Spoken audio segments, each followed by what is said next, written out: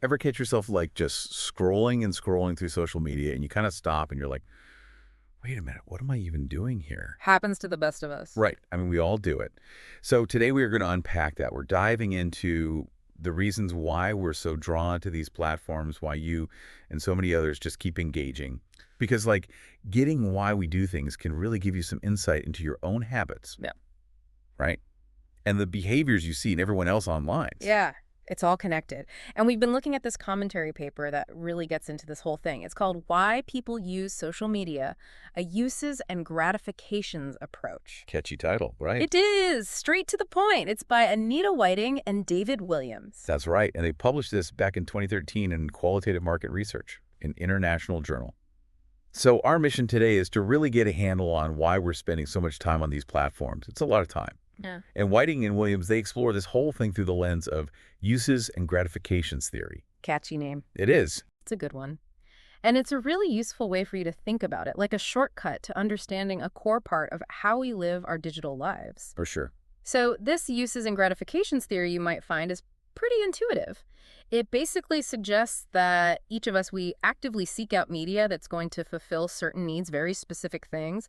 And when those needs are met, we get this sense of gratification. We're satisfied. We feel good. Makes sense. And what's really interesting is that while this theory, it's been applied to lots of different forms of media over the years, TV, radio, all that, it hasn't always been like front and center in conversations about social media specifically. Right. You would think it would be, but it's not always there. Exactly. So to really understand these needs and the gratifications that come from them in the world of social media, Whiting and Williams, they did an exploratory study.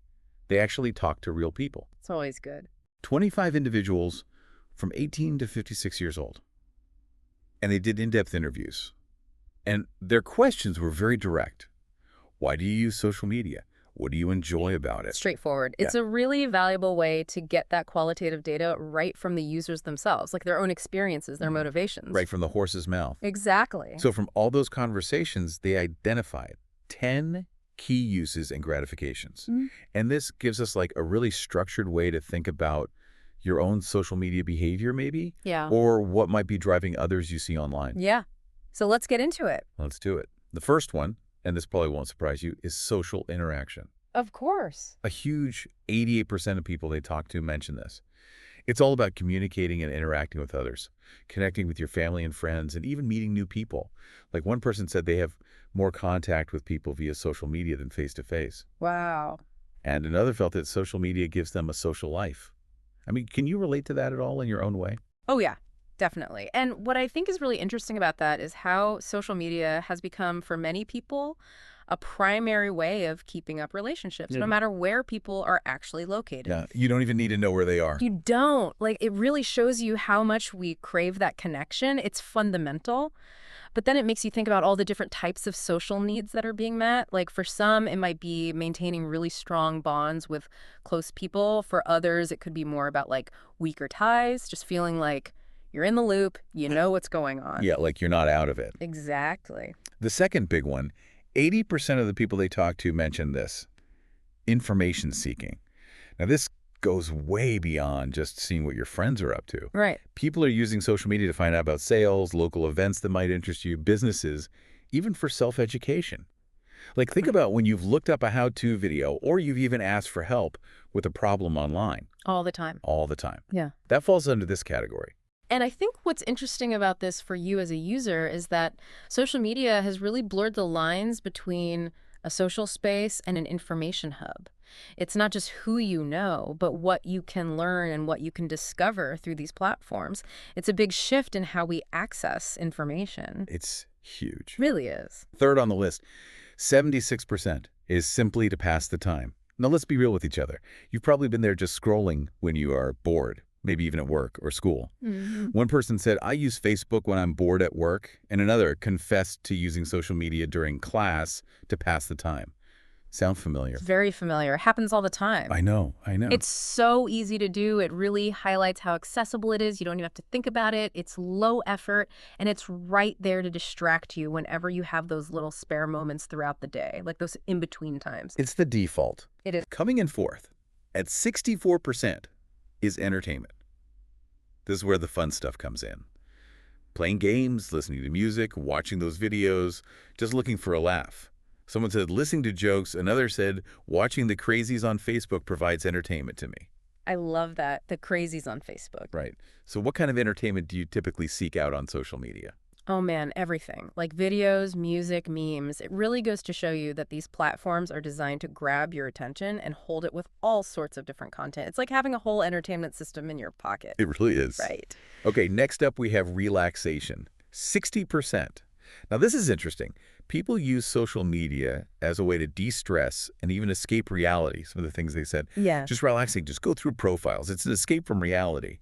And over 16% specifically said using it to get away from the real world. Yeah. Does that resonate with you at all? It does.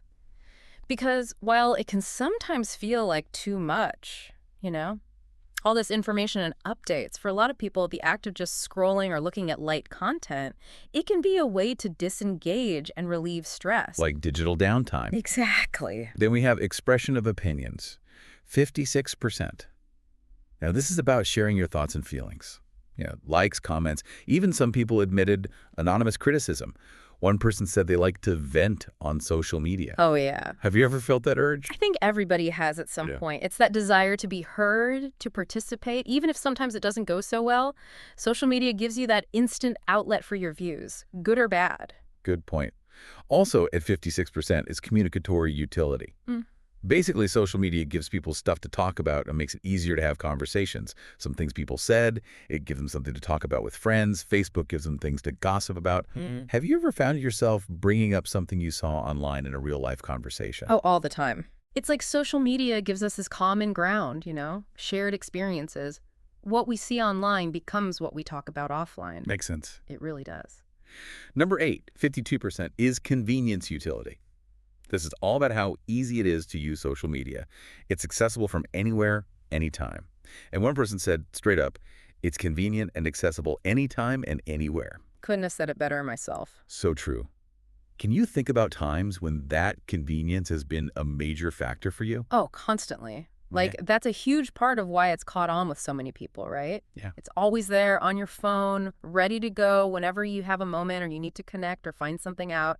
It's become part of our routine. Totally. For better or for worse. All right. We're almost there. 9th on the list, 40%, is information sharing. Putting your own updates out there, pictures, even self-promotion or business marketing. And the authors make a good point that this is a two-way street, unlike traditional media where it's mostly one-way communication. Yeah. So have you ever shared something on social media, maybe hoping for a response or engagement? Of course. I mean, who hasn't? It's about being part of the conversation, putting your own stuff out there, connecting with others. It's a totally different world than it used to be. Yeah, like back in the day, it was all about consuming. Now it's about creating, too. Right. You have the power to tell your own story. Exactly. And finally, number 10, 32%. Surveillance, knowledge about others. Let's just be direct here. This is about wanting to see what other people are doing, keeping up with their lives. Some quotes were pretty blunt. Nosy, spy on people, even spying on their kids. So, have you ever found yourself scrolling through someone's profile just out of curiosity? Maybe. Okay, probably. Yeah. It's hard to resist sometimes, right? Like, it's fascinating. But it also brings up some questions about privacy. It does. Like, why are we so interested in the lives of others? It's a good question. It really is. So there you have it. 10 reasons why people use social media, according to this study. What really stood out to the authors was how much this supports that uses and gratifications theory. Right. It just makes sense when you think about it. It really does. And they felt this perspective just needed more attention, especially when it comes to marketing, understanding consumer behavior, understanding you. Yeah, why do people do the things they do? So what are some of the implications of this research, would you say? Well, I think for you and for all of us, it helps us understand why social media is so huge, but also its impact, how it shapes how we interact, how we get information. It's a big deal. It is. And for businesses who are trying to reach you and other consumers, the implications are pretty clear. If they understand why people are on these platforms, whether it's to find information or to be entertained or connect with other people, then they can make their marketing and communication way more effective. Makes sense. Like meet people where they are. Exactly. Understand their needs and cater to that. So it goes beyond just being present on social media, you know? It's about understanding your audience and providing something that aligns with why they're even there in the first place. It's about a real connection. So, bringing it all home for you, this deep dive into Whiting and Williams' commentary really shows us the many, sometimes surprising reasons we're all so hooked on social media. It's not just one big thing. It's a bunch of different needs that we're trying to meet, from connection to just filling time, even checking up on what everyone else is doing. It's complex. It is complex. A whole web of motivations that drives our engagement with these platforms. So that brings us to our final thought for you to ponder as you go back to your regularly scheduled scrolling. Back to the scroll. Right. Thinking about these 10 uses and gratifications, from that deep need for connection to the mindless scrolling to pass the time, what might be the unintended consequences, good and bad, of getting those needs met through social media? What kind of impact is this having on you and on everybody? It's a lot to think about. Are we connecting in a meaningful way? Are we getting accurate information? Is it affecting our mental health? It's a good thing to examine, for sure. Absolutely. It's a whole new world out there, and we're all figuring it out as we go.